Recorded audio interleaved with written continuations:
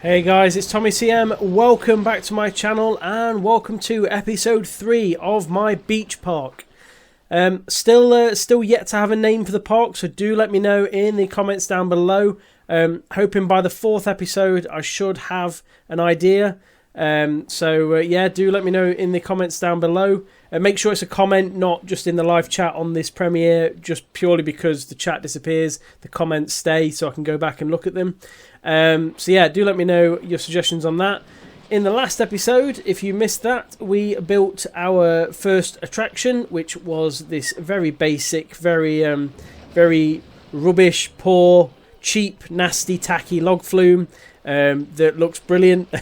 Yeah, this was based similar onto the one at the Skegness Pleasure Beach log flume. It's very tacky, very cheap, but that's the style of park we're going for.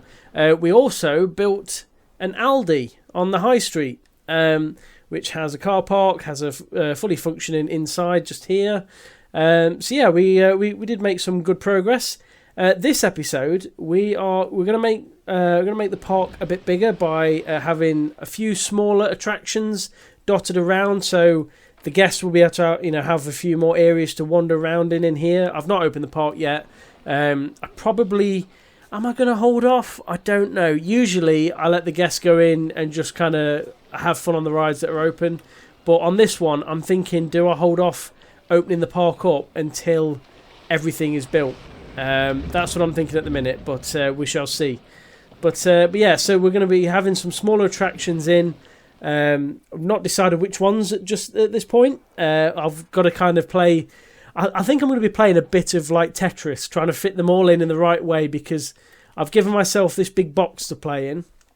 But I don't want to like make anything have too little room or too much room. There's a bit of kind of puzzle solving to work out how that's going to work. There's also going to be an addition down here. As I say, I don't know what that's going to be yet. It could be anything at this point, but you'll just have to wait and see what I decide to build. If you do have any suggestions for buildings to go down the high street, there's plenty of space, as you can see, all along here, where buildings could go. Do let me know what you think could go in there, and what you would like to see. Would love this series to be quite interactive with suggestions. So, yeah, without further ado, let's see what is going in episode 3. Right then, lots of changes, lots of additions, lots of different alterations, and I'm going to run through them all now for you. So, at the front we have some token booths just here with people sat inside. Some little signs on the side, £1 per token, no smoking, etc. And then we have people on the other side as well. We have opened it up. I know I said previously that I wasn't going to open it up to the end, but I wanted to sort of see what the guests would be like walking around these areas, and what the sort of like the circulation would look like, basically. So I have opened it up, not to loads of guests, but to just enough. We've put one of the human dryers in. I built these as part of my Alton Towers series, but they're always useful at the end of a water ride. So yeah, decided to stick one of these in. There's obviously the log flume. Now down here we have quite a few bits. We have Thunderstorm, which is just a word I plucked out of thin air, because that's how you name these rides in these very basic, cheap seaside resorts. And I put the sign on there, and I've managed to get the sign to sit behind the lights, but in front of the ride, so the sign kind of lights up. I quite like that. I quite like how tacky that looks. Yes, we have Thunderstorm just there. Popular ride. Over here we have Looper, just a very small, very basic little flat ride there, and I just put in a claw machine and some fortune tellers and stuff, and just put Looper games going on there. Again, just a very cheap, basic, tacky little amusement area. We've got another little token booth here, just because as you go around the park you might want to buy more tokens, so I figured putting another one around wouldn't do any harm. We've got a lot of security cameras, I will point that out. There's a few of these dotted around the place. One there, for example. There's another one just here. So yeah, I've gone for some security cameras there, and then I've also gone for my own cameras just here as well, because although they are security cameras, it's those sorts of cameras that you would see on a ride. So yeah, that's what I've gone for there. We have a toilet block just here, just a little, nothing special, just a little brick building that guests are using. Then we have some midway games. Can you win 3 balls for a £5? Bounce the ball off the backboard and into the bucket. It's the biggest scam in the world. Never go on these. But there we go. And you can win some vases. Who doesn't want to win a vase? And then the other side, we've got a shooting midway game with all the targets. Prize every time. And again, you can win some vases just there.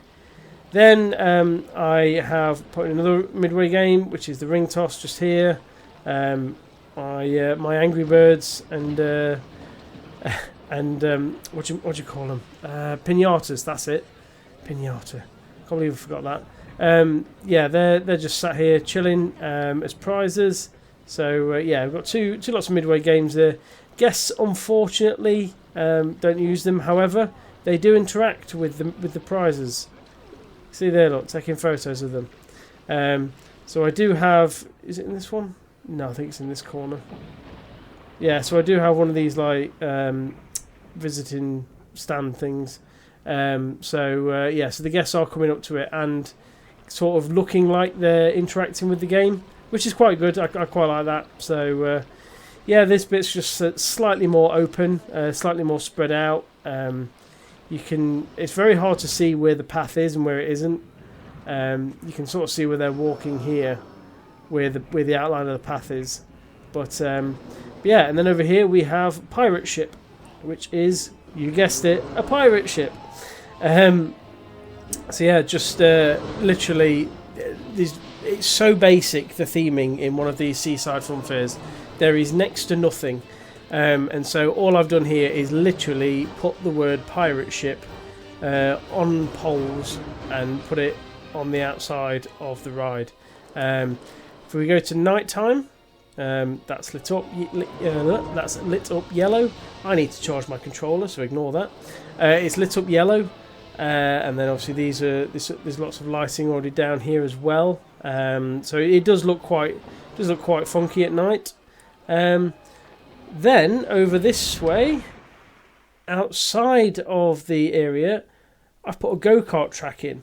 Now the reason I've done this is because you wouldn't necessarily have a go-kart track within one of these parks. However, it's something that you might have like along like a seaside or along like a coastal front of sort of I'm thinking Great Yarmouth, Skegness, Blackpool, that sort of area.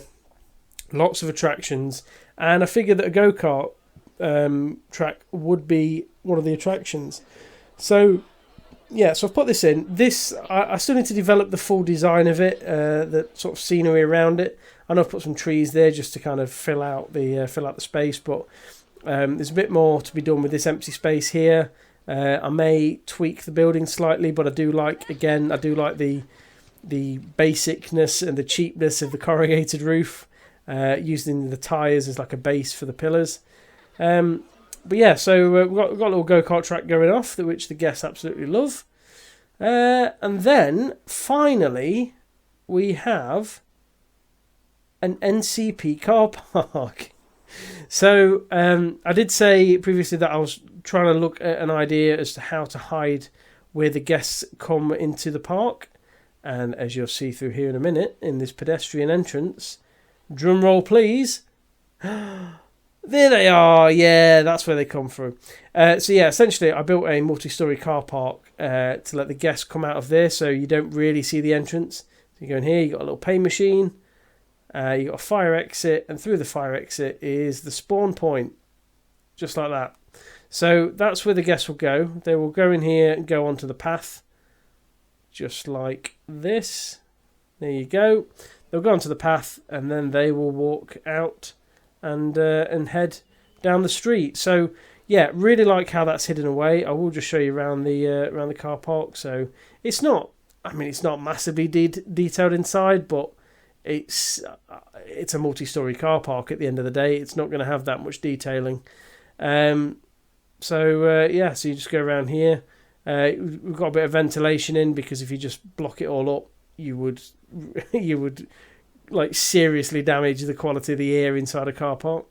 So there's 4 levels to it, and then a rooftop car park.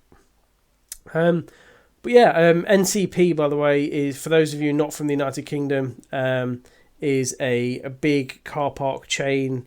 If you park in one of their car parks, you probably end up remortgaging your home in order to pay for it. However, it's a very popular chain, that's why I've put an NCP sign just there. But that's where I'm at now. I'm probably going to put in one more addition just here. And then that will be it for this episode. As you can see, lots of progress. Starting to, let's just get an aerial view of this park now. Starting to fill up a little bit around there. I'm thinking at this end here that we're going to have a coaster of some sort, like along this edge here. So not decided what yet, but I think that's what I'm going to go for. So stay tuned, and I will see you momentarily. And here we have the final addition for this episode. I have put in a Burger King. Unpopular opinion, I think Burger King is better than McDonald's and KFC. I think it's a little bit overpriced, but I think in terms of quality of food, I think Burger King beats the two of them. So come at me with hate for that, I am sure. So I've put in the Burger King. Obviously the logo. Burger King's new logo is actually very simplistic, so it's actually quite easy to put into Planet Coaster. We've got the parking section, and we have the drive-through, maximum height 2.3. Come down here, you've got some windows to look inside. You've got a corner here, and there's a crossing where guests can come into the Burger King if they don't want to walk through the glass. So you come down here. Drive-through is always very tight in the UK. I don't know what they're like in other countries, but in the UK it's very, very minimal road space. You've got the menus just here. You can order at this little box here. I did try and put an animatronic in here, and then I realised this glass isn't see-through, so there wasn't much point in me doing that. And then we go around here, and you have a pay here window where there's a man over there. And he's got the contactless payment holder there. And then there's a woman at the collect here desk. So that's my little Burger King. Here's inside it. So there's food ready to be given out. Unfortunately, the burgers in the game are massive, and they are ridiculous just to put on here. So I've had to put some giant confectionery instead, just to put something there. We've got the station to order, kitchen going off in the background, home of the Whopper, obviously, at Burger King.